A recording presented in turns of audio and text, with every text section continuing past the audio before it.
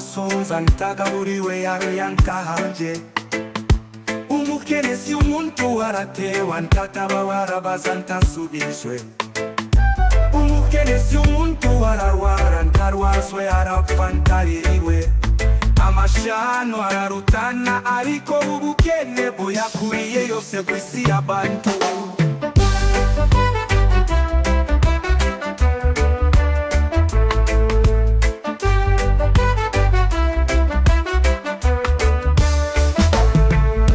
Umukene si umuntu warambara ntabewe yavuga agatukana. Umukene si umuntu warabyara ntahembwe yapfusha ntasurwe. Umukene si umuntu araririmba agasaraza yacurira akabusanya. Umukene si umuntu arabyina bikabiha yajeza bakumirwa.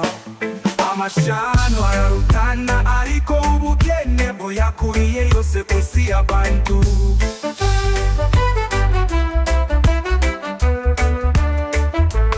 Nta mukene ubaho aba aruhanya arusha iminsi n'abantu. Nta mukene usabana babateka imiryango asabe abantu. Nta mukene utembera baba azerera arebako yahura n'abantu. Nta mukene ukora nibushi bwo gutega amashi mu bantu. Nta mukene uvugira mu ruhame abahangaye asakuriza abantu. Nta mukene ubabara ubu abatera imbabazi gusa mu bantu. Amashano ararutana ariko ubukene buyakuriye yose kw'isi y'abantu.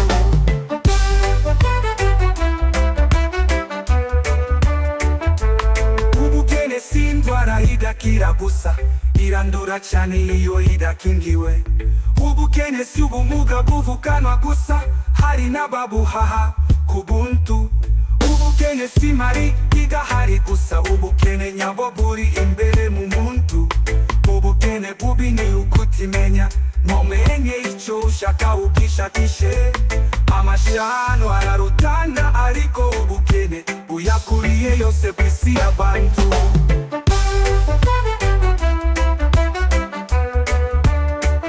Ubukene si indwara idakira gusa, irandura cyane iyo idakingiwe neza. Ubukene si ubumuga budakira, umuti urahari ku bashaka kubuvamo. Ubukene si umurage w'umuryango, ufungire imiryango mu murimo. Tekereza cyane, ukure amaboko mu mufuka uyaramburire umurimo. Amashano ararutana ariko ubukene buyakuriye yose kw'isi y'abantu. Umurimo ni soko y'umukiro, ubukene butinya umurimo. Nawe waba umuntu mu bantu n'ibintu, koze bikitwa ibintu mu bantu. Kunda umurimo, ukore ukomeje, ijambo yawe riri mu maboko yawe we.